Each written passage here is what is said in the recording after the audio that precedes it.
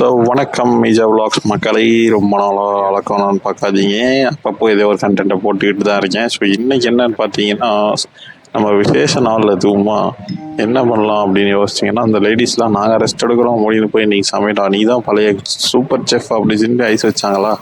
சரி, நம்ம மனசு கேட்காம குண்டான கவுத்து எண்ணெயை போட்டு வெங்காயத்தை பரபரன்னு அறுத்து வெளில தெறிக்க விட்டாச்சு. அப்படியே இந்த என்னது இது கொத்தமல்லி கருவேப்பிலை போட மாட்டோமோ, கொத்தமல்லி புதினா, அது மட்டும் இல்லாமல் மிளகாத்தூளை போட்டு ஒரு வதக்கி எடுத்தால் ஒரு கலர் வரும் பாருங்க. எல்லாம் நம்ம ஜப்பார் பாய் மகிமை தாங்க. அதை நான் ஒரு 20 டைம்லாம் ட்ரை பண்ணியிருக்கேன். அதனால் ஓரளவுக்கு பிரியாணியை என்னால் டேஸ்ட்டாக செய்ய முடியும்னு மக்கள் நம்பியதால் என்னை களத்தில் இறக்கி விட்டு அவங்க ரெஸ்ட் எடுத்துட்டாங்க.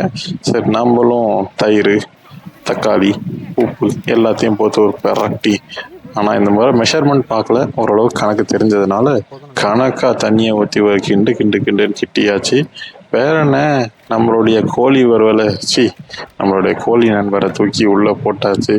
அப்புறம் கடைசியாக நம்ம அரிசியும் தூக்கி மலை சாரல் போல் தூவியாச்சு மக்களே. ஸோ இதெல்லாம் கலந்து விட்டா பிரியாணி மாதிரி கலரில் வரும்னு எனக்கே தெரியும். ஆனால் நல்லா வருமா, டேஸ்ட் வருமா அப்படின்னு ஒரு டவுட்டில் தான் இருந்தேன்.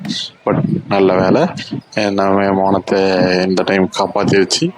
ஓரளவுக்கு நல்ல டேஸ்ட்டாகவே இருந்துச்சு. ஸோ இதை நான் சொன்னால் நம்ப மாட்டீங்க. பக்கத்தில் என் தோஸ்துக்காரன் பாருங்க, இவனை கேட்டால் இவன் போய் சமாளித்தான். பட் அப்புறம் பார்த்தா நல்லா இருக்குன்னு